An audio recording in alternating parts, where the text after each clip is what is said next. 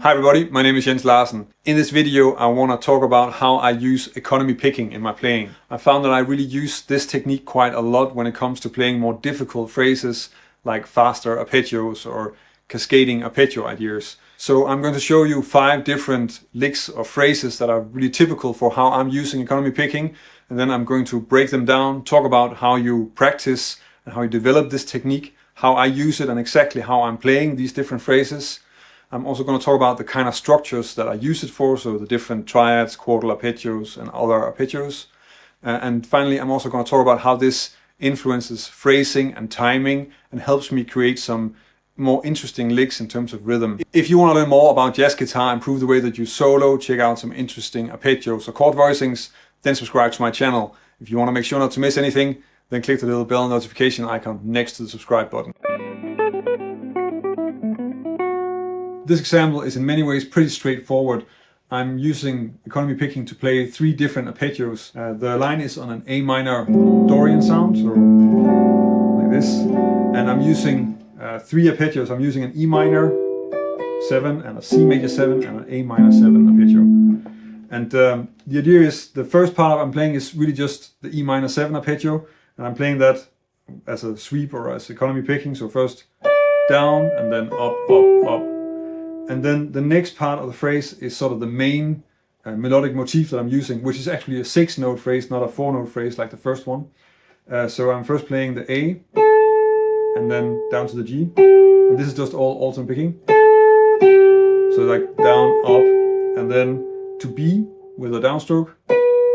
And then playing from the B, the rest of the C major 7 arpeggio with all downstrokes. And then the same idea, but now from A minor, where I'm playing first the F sharp, and then all alternate picking, up to the G, which is a downstroke, and then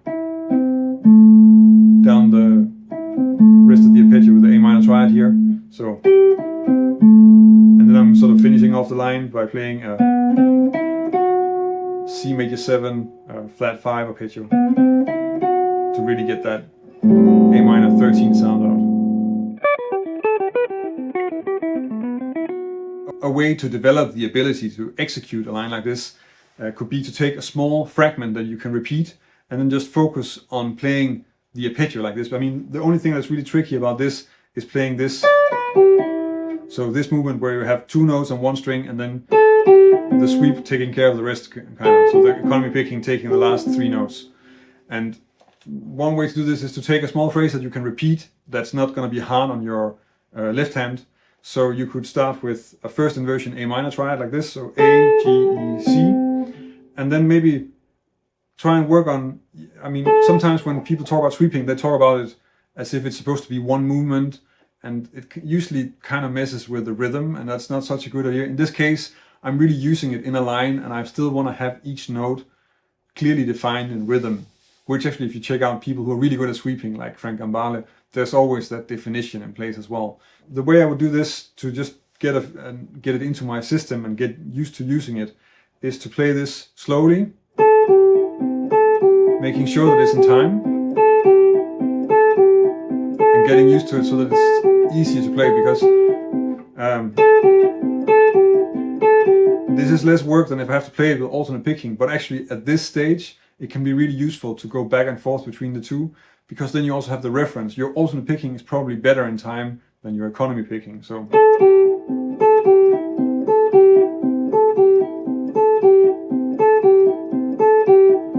and then try and see if you can get the two to really line up. There's a slight difference in the phrasing, but at the same time that's a good thing to be aware of that, but you just want to focus on getting the rhythm straight. That's what's important about this, because if you don't have that control, then you can't use it in an 8-note line.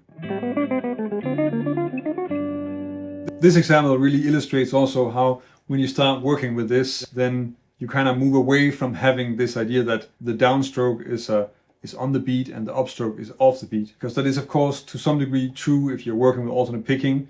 But in this case, it actually goes out the window, and you can also tell because I'm starting this example with an upstroke. So the E minor 7 arpeggio is, I'm playing this with alternate picking, so, and I'm starting with the upstroke, so up, down, and then down the scale. And then we get the economy picking part, which in this case is on the D7 altered, and I'm playing 3 diatonic triads of the alter scale. So I'm playing first an A flat, and then a B flat, and then a C diminished triad, and then resolving that to the D on G major 7. So this example is on the 2-5-1 in G, and the economy picking part of it is playing triads on 2 strings, where I'm playing 2 downstrokes and then an upstroke.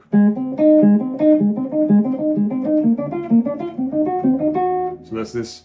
And the idea here is, of course, just to make it easier, an easier way to work with playing 3 notes so that it works well for the phrasing. And you can also really accent the first note of each of the triads, and that's what I'm using here, which is also close. I think I learned this technique from Meola, from watching some YouTube video that a student brought in, but that's something I'll just return to later in the video.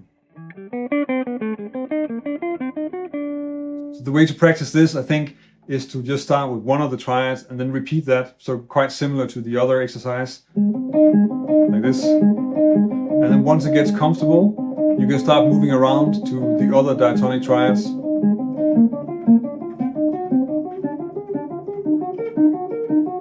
And that way gain some flexibility. And it makes it, of course, easier if you repeat each of the triads, because then you don't have to think about moving your left hand, and you can focus a little bit more on getting the right hand to work the way it's supposed to and keep things in time.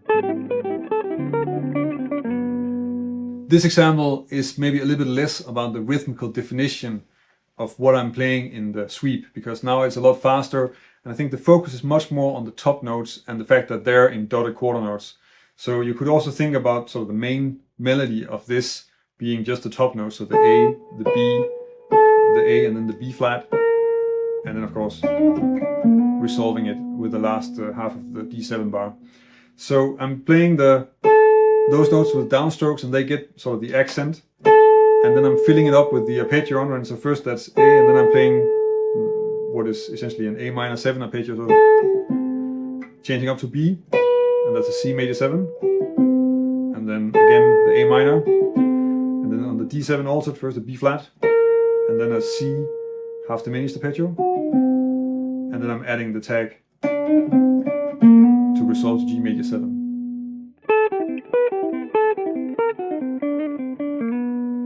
This way of constructing lines is actually an idea I got from a drummer that I played with, because he was talking about how he would play, he was actually also talking about a dotted quarter note idea, but then he would fill it up so that he would play the 3 8 notes, but on top of that he would just think the dotted quarter note and then play a 5 note grouping on top of it, because that was just physically how he was working with it, which actually kind of meant that he was playing a quintuplet over dotted quarter notes, which is extremely difficult to hear. But if you only sort of focus on the first note in the rhythm and just try to hear that rhythm related to what's happening, then that's a lot easier. And that's kind of what's happening here. I think in the example, the rhythm is fairly well defined, but it's not so important what is happening in between the notes. The important thing is just that this is in time, and then you just fill it up with the other notes, and that's keeping the whole thing going. And this is a difference, of course, to the other examples that I went over, where it's really important to keep everything in time, but I do use this way of using economy picking as well. This example is also using dotted quarter notes or groups of 3 8 notes, and here I'm using quartal harmony. So I'm using quartal arpeggios, and it's a 2-5-1 in the key of B flat major, and I'm first playing this arpeggio and then moving that up the scale to this one. Those are both on the C minor. Then I'm going a little bit early to the F7 altered and playing this one already starting on the 4 of the previous bar, and then onto this quartal arpeggio, and then resolving that to B flat. So the idea here is that I'm playing the first of each arpeggio with a downstroke, and then the following 2 notes with upstrokes, like this. That gives me sort of a natural accent, which kind of gives the flow to the line and keeps the phrasing really clear, which is something I really like about this way of phrasing. That's a good way to do that. I think it's a bit easier to do like that. It's anyway easier to play these kind of groupings like this instead of using all alternate picking, and also because you get sort of a natural division of the phrase with an accent on the first note, so it's really clear what's happening and it's easy to phrase. You of course need to get used to playing these kind of phrases, so probably the quartal arpeggios are not where you want to start. You want to have something where you don't have this thing where you need to lay over on one finger, because that can be a little bit tricky in the beginning. And I think this is actually one of the examples that I talked about previously, that I got this idea from an Meola video. And I'm not sure if he was playing descending or ascending triads, but that was what he was talking about. And he was just talking about the fact that you would play those as one downstroke and two upstrokes. Or he was using two downstrokes and one upstrokes. I don't remember anymore what it was. At the time I was just messing around with it, and I actually didn't realize until a lot later that it sort of started to creep into my playing. Maybe that also says something about the fact that I don't think Meola is a huge influence on my playing, because I didn't really listen to his music or have any of his records. This is coming out of a YouTube video that a student brought in more than anything else. The reason that I can keep on publishing videos every week is that I have a community of people over on Patreon that are supporting my channel. I'm very grateful for their support, and it's because of that I can keep on making all these very specific jazz guitar and music theory videos. If you want to help me keep making videos, then check out my Patreon page. And of course, if you join us over on Patreon, I can also give you something in return for your support.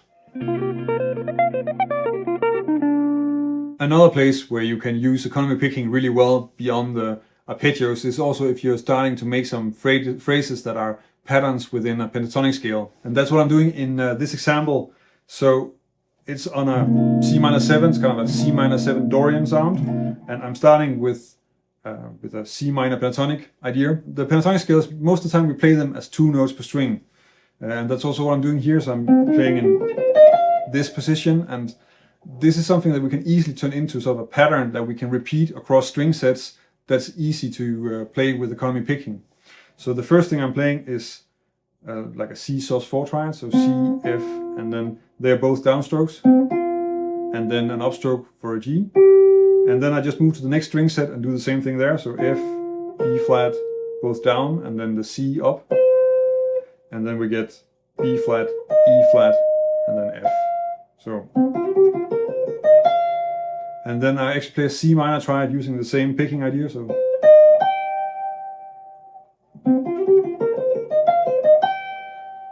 and then from here I'm going down to a G minor 7 arpeggio,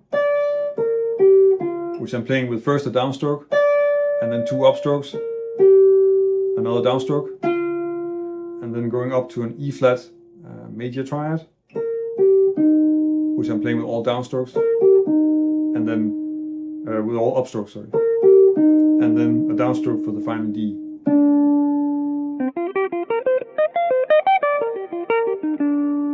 I think it's interesting how sometimes we're not really aware of what techniques we're using. I actually thought I was using only alternate picking and legato until I started looking at some of the Instagram licks that I published. And then I realized that I was actually using this economy picking things a lot more than I thought. So I'm of course curious if you have had similar ideas that you're not aware that you're using legato or that you're using economy picking like this. If you want to check out another video on how to develop your alternate picking, then check out this video where I'm talking about using some 1 note per string ideas to really speed up and develop precision with alternate picking. If this is the first time you see one of my videos and you want to learn more about jazz guitar, then subscribe to my channel. If you want to help me keep making videos, then check out my Patreon page. That's about it for this week. Thank you for watching, and until next week.